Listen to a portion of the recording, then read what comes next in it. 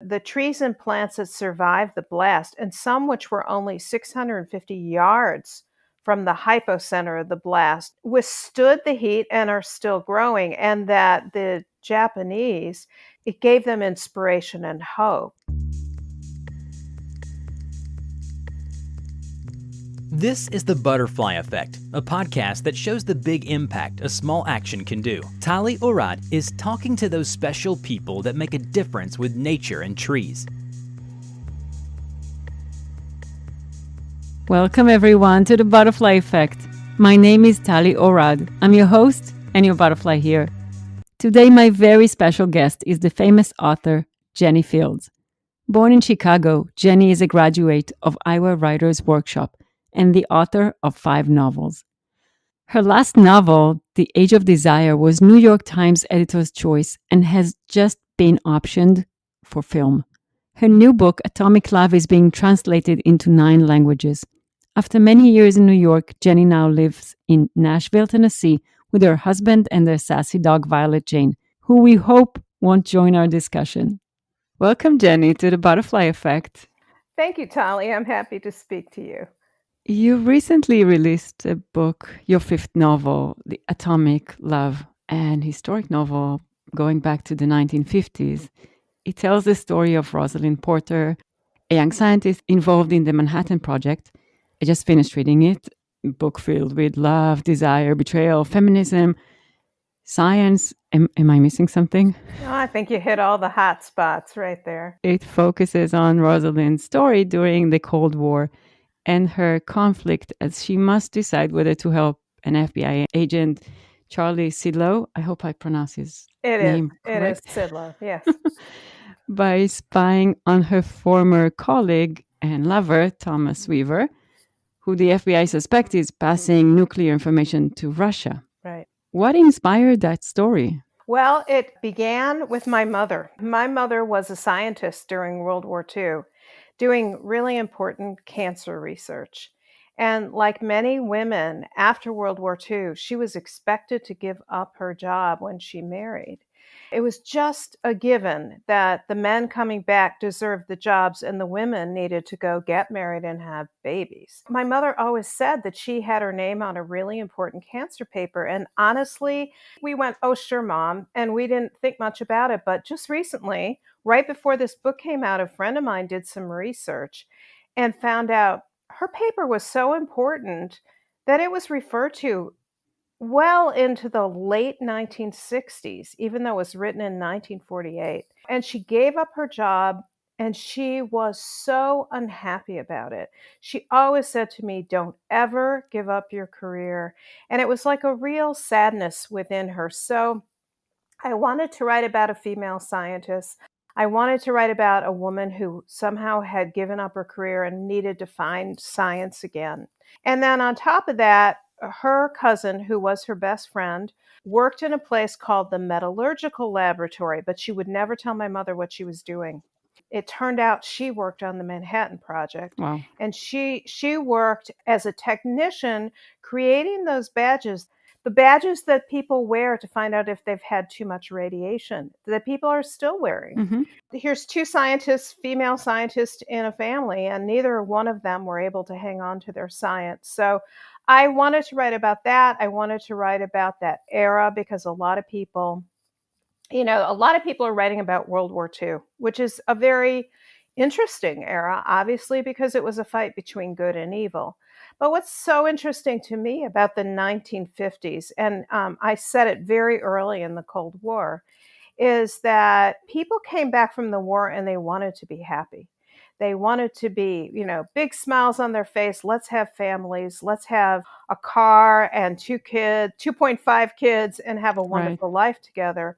But actually, a lot of the men came back with terrible PTSD, which they could not talk about. The women had had jobs that were exciting and made them feel important during the war, and they were expected to give up those jobs. So underneath all these smiles were a lot of scars, a lot of sadness that nobody could talk about. And I really wanted to capture that in this book. And I think you did a brilliant job with that.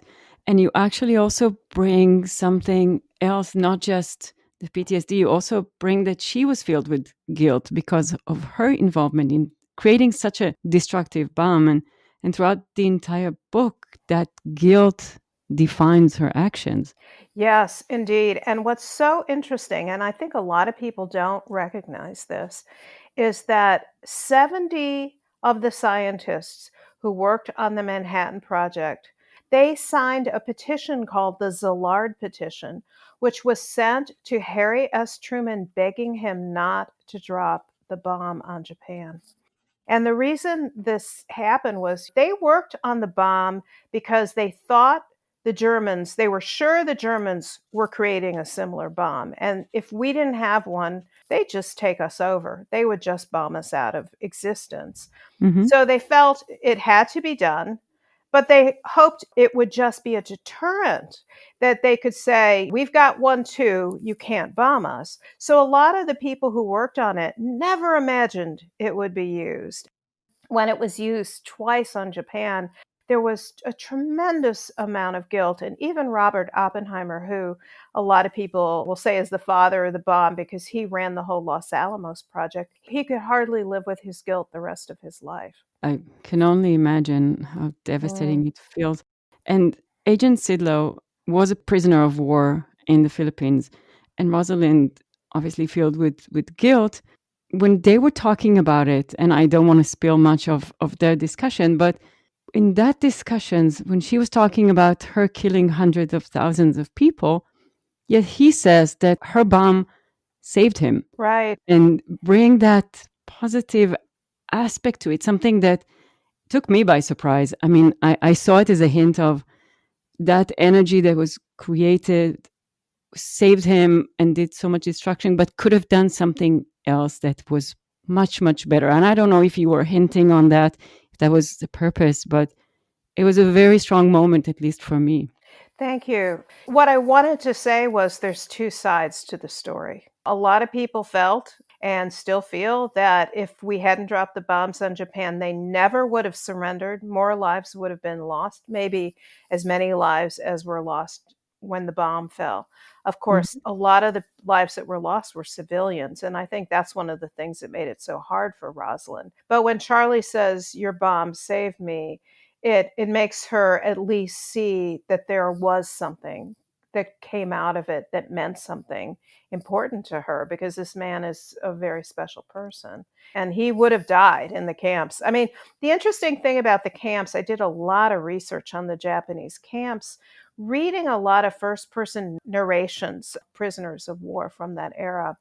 A lot of people don't realize that while the Germans had signed the Geneva Convention and had to treat their prisoners in a very specific way, even though they were unkind and people were certainly injured and not treated well, Mhm. compared to the Japanese, they treated them better because the Japanese never signed the Geneva Convention.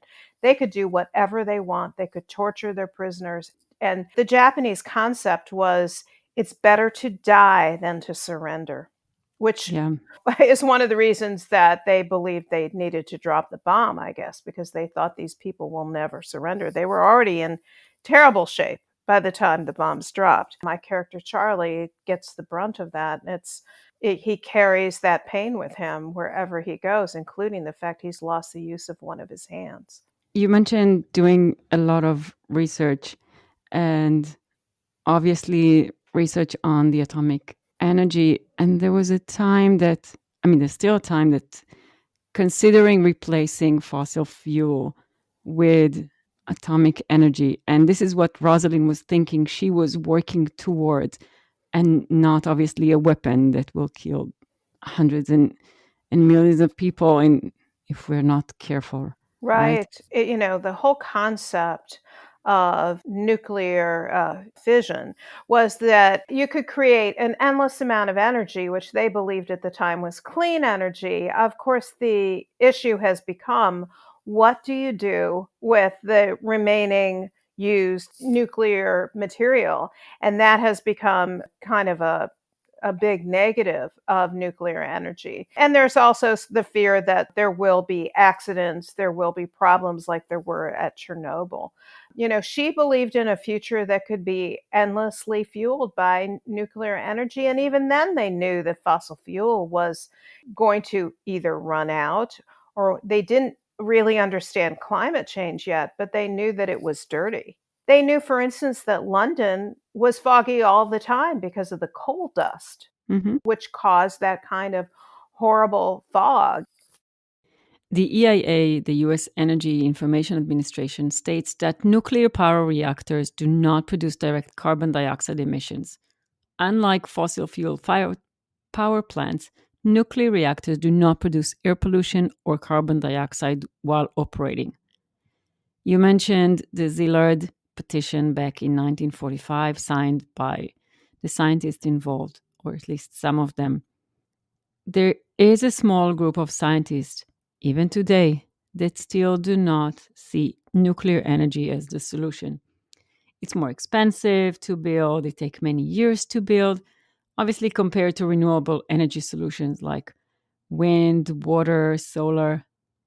And of course, there is the issue of it being weaponized, as you shared in your book. I think that a lot of people who are looking for answers still think that there are possibilities with maybe nuclear fusion as opposed to fission, which would be cleaner. And there are still nuclear plants that are functioning.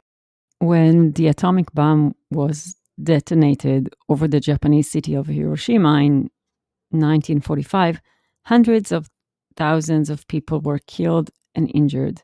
Right. I'm not sure you or our listeners know, but despite many survivors believing nothing would grow in the city for decades, 170 trees survived the bombing and are still growing 75 years later.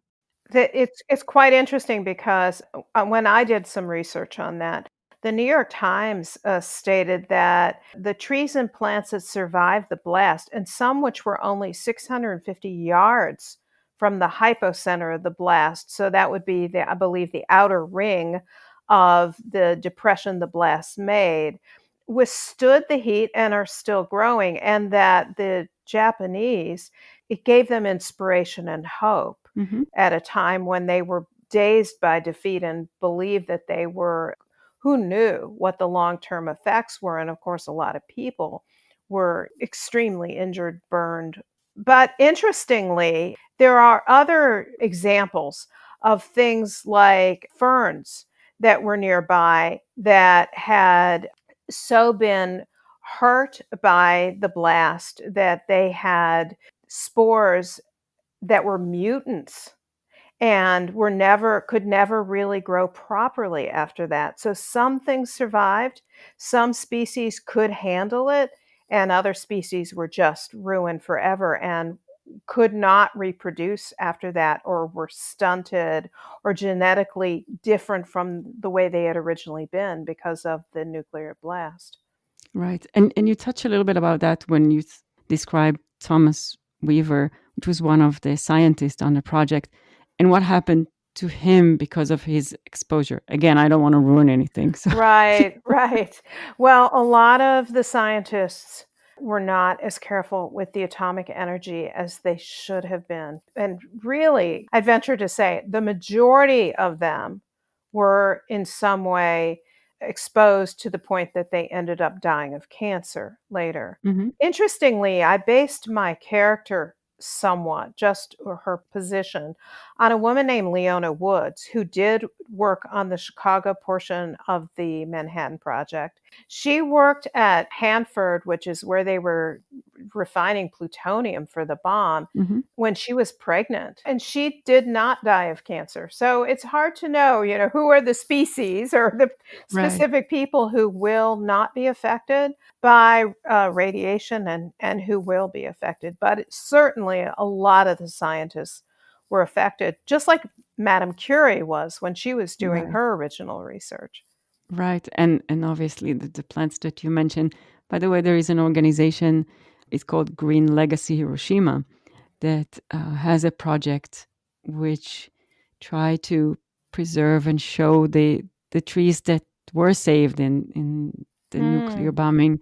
And what they're doing right now is sending those seedlings from those trees that survive to location mostly near nuclear plantation, basically spreading a message of hope, which I find Oh, beautiful. that is beautiful. I love that because those are the trees that could stand up to a nuclear overload. And I guess near plants, they want to have trees that are able to do that in case there's a problem like there was in Chernobyl. If Roz were to be living now, what would she say about the situation, about climate change, about everything? It's a great question because the thing to recognize is that in 1950, when the book is set, science was king. And I say that because in 1949, there was the polio epidemic. Children were coming down with polio in droves, and they ended up, some of them died, some of them ended up in iron lungs. They could never walk again. And in 1949, Jonas Salk invented the first polio vaccine. And it was a miracle, just like whatever vaccine's going to overcome the coronavirus will be a miracle. Mm-hmm. So people truly believed in science.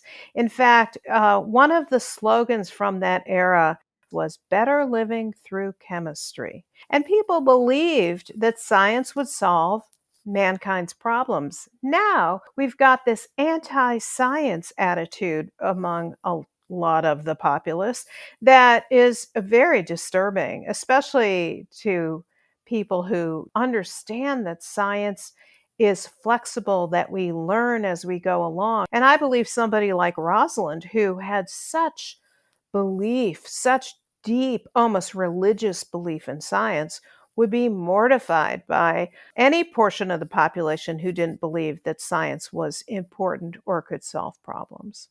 Yes, and you also mentioned throughout the book that there is no conflict between science and religion. They are going to church and yet still believe in science, which Right. Yeah. Well, and of course both my characters are struggling with how they believe about religion, what they think about religion. But yeah, doesn't have to be a conflict between the two. and it's okay to question and keep on going back to that, but it doesn't mean we should ignore the facts of science. Right. Exactly. So the story takes place in Chicago, Illinois, obviously concrete filled city. Well, it's not such a concrete town, actually. The thing about Chicago that's so interesting, I think, when you compare it to other cities, is that while there are big, big skyscrapers everywhere, you're also on one of the most beautiful natural lakes in the world. Lake Michigan is just gorgeous. You have the natural versus the big, brawny, man-made skyscrapers, and it's a very interesting city in that way. You know, Rosalind loves the city, and I too love Chicago. You grew up there, right? I did. I grew up in Chicago. I haven't lived there in many, many years. I lived in New York for 25 years. And I think of New York as turning away from its natural beauty much more than Chicago does. When you live in New York, they haven't used the rivers and the nearby ocean around it as much as you would expect them to. A lot of it was just used to bring in goods and things like that. Chicago really respects its lakefront. And so for that, I find it very beautiful. And you also bring it up in the book. I love the vividly described scene where you mention the river and the park and even the tree that she sees through her window. Nature is, you can't escape it, not even in the book. And Right. not even Yeah. Right. And right across from her is a beach. And Charlie remembers as a child that his mother took him to the beach, and there's a sandy beach right there in the middle Mhm. of the city. And that he thought, oh, the beach is for rich people because we have to go home to our much hotter neighborhood at west. Um, Yes. but I mean, I think that's what makes Chicago so special, really. And I love your play with words. Atomic Love is the title, and there is the atomic energy per se, and also with the meaning for love, right? You even Right. bring the definition for an atom twice in the book. Right. Obviously, will not spoil it, but One of the things I wanted to write about was about two birds with broken wings, people who have been injured in life who come together and help heal each other. And I think in a lot of ways, I ended up with three people with broken wings, mhm, including Weaver. And, my feeling about love is yes, it's something that makes you happy and it's a nice thing. But when love is the right love, it's something that heals you, that makes you more whole.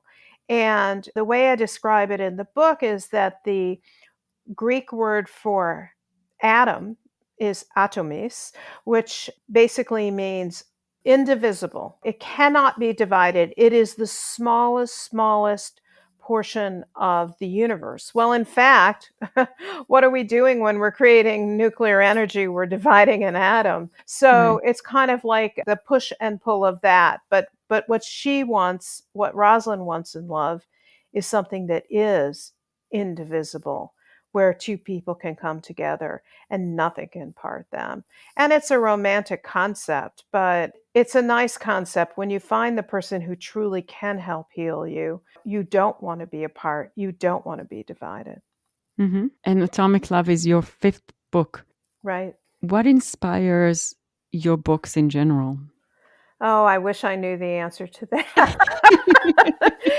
Each one is different, and I'm just not one of those people who has a formula. And I certainly never outline my books before I write them, or I would be bored out of my mind. I go on a journey with my characters. I try to understand them, and I try to see where they take me. So, what I try to do is I give my characters an insoluble problem and I allow them to solve it for me. In this case, the problem was that, Rosalind is approached to spy on this man she once loved by Hmm. a man who is a very different kind of man. And she needs to make a lot of moral and ethical decisions that could not just change her life, but change the life of the world, and just a bigger issue. And it was for me a really wonderful journey. It took me a long time to write the book. I rewrote it 10 times, Wow. literally 10 times. If I find a concept really fascinating, that'll draw me into the book. Right now, I'm doing some research to write a book set during the early civil rights era. As I do my research, I learn more about what I want to say, what the point will be, and who my characters are going to be. Is there a favorite place for you to write? I'm sitting in it now. I live in a stone bungalow built in 1930. In that era, they didn't have air conditioning, and it is just stinking hot in the summertime here. And so, this room that I'm in, which is quite a large room, was the sleeping porch.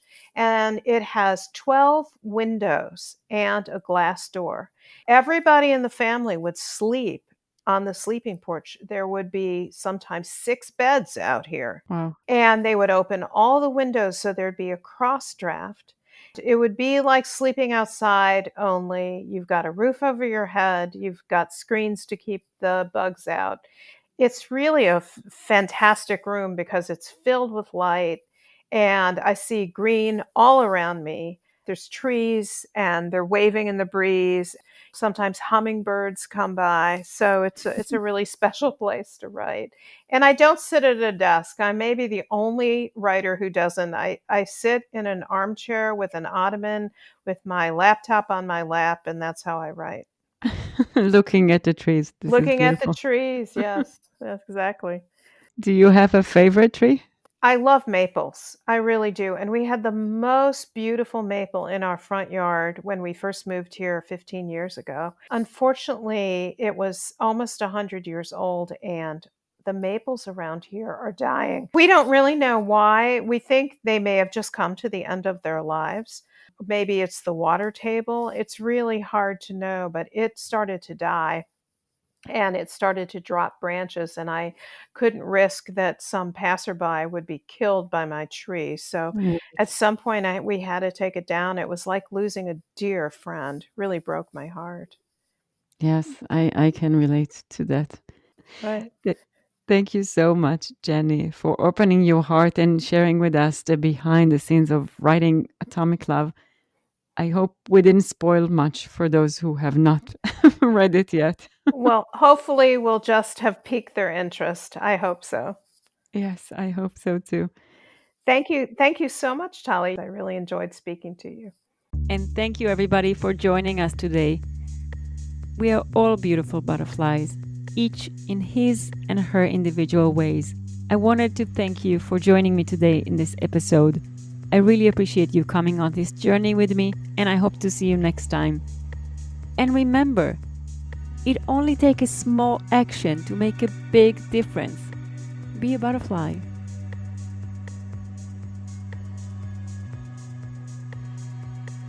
And that's all for this episode. Thank you for joining us today. Please subscribe to hear more of our stories of change.